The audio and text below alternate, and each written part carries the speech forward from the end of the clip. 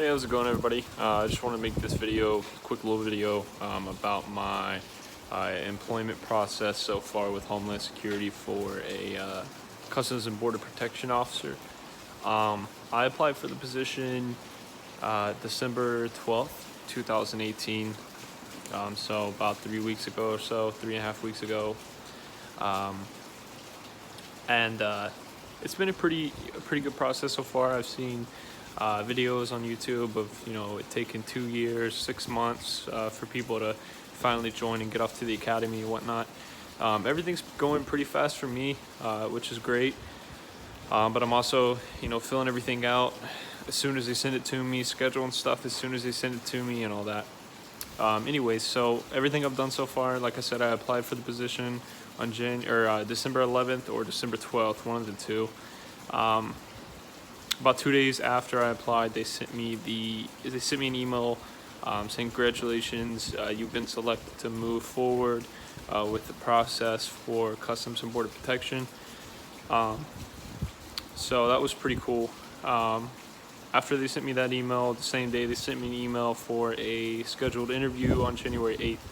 I saw videos where some of you guys got your scheduled interview like after your PFT1 and medical exam and stuff like that. So I guess it's just different. I guess they do it however they want.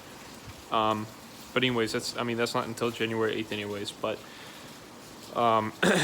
so they sent me the email for the scheduled interview after I accepted the job offer.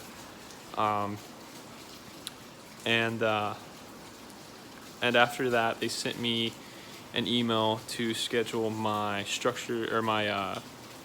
my interest exam. So I scheduled my interest exam,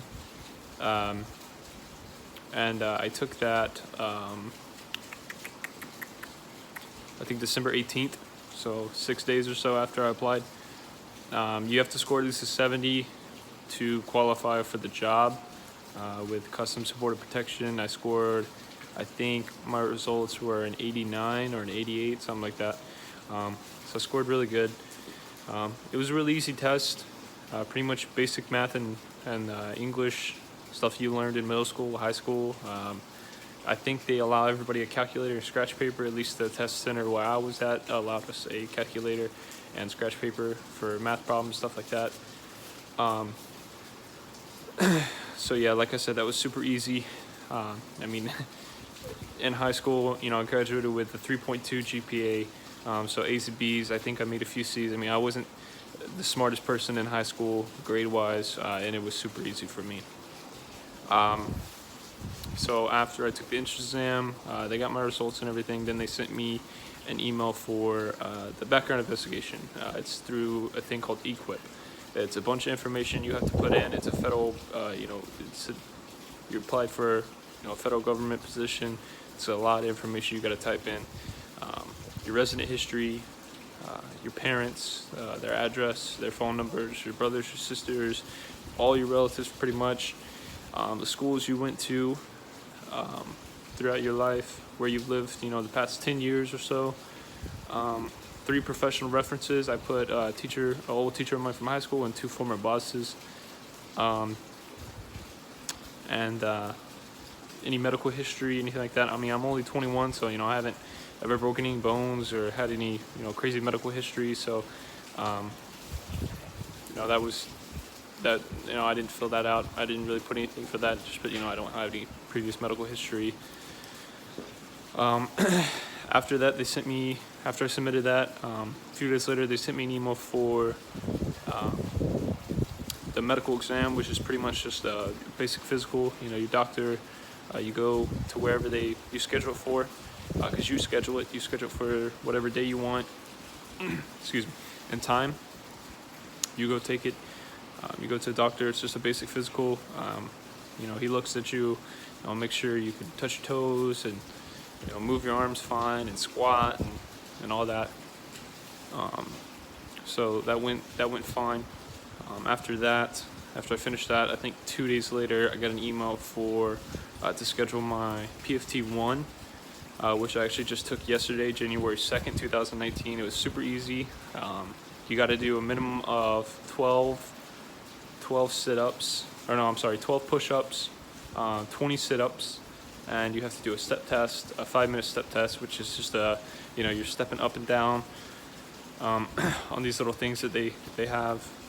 It's in a military cadence, so it's up, up, down, down, up, up, down, down for 5 minutes. That was really easy. Anybody should be able to pass that PFT1, even if you're not in the best of shape. I go running 3-4 times a week. You should do a mile and a half run 3 or 4 times a week, and I do push-ups and sit-ups. So it was really, really easy for me. But even if you don't work out, a lot, or you're not really physically fit, it shouldn't be a problem for you. And that's all I've done so far. So the last thing I did was that PFT1 today, or yesterday, January 2nd, 2019, and I still have to go do my structured interview on January 8th, 2019, which is 5 days from now, because it's now January 3rd.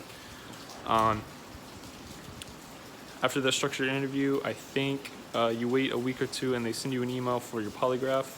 As long as your structured interview goes good, you go take your polygraph, and then after your polygraph, I think it's a final drug test, which I've already taken a drug test. I did whenever I had my medical exam, but they make you take another one before your final offer. And that's pretty much it. So after I take my scheduled interview on January 8th, I will upload another video. I was watching some videos of other people's process and stuff, and they said they couldn't say too much about it because I guess there's confidential information that you and the CBP officers talk about and whatnot. But either way, I'll still post a video and let you guys know how that went, and then I'll let you guys know, whenever I get my email for my polygraph and all that. So if you guys have any comments or anything, let me know. You got any questions, let me know. You can comment, share your experience as well. It's a pretty cool opportunity for me and for any of you guys that are applying for the position. We all know what we're getting into, so that's pretty cool. But yeah, guys, all right, thanks.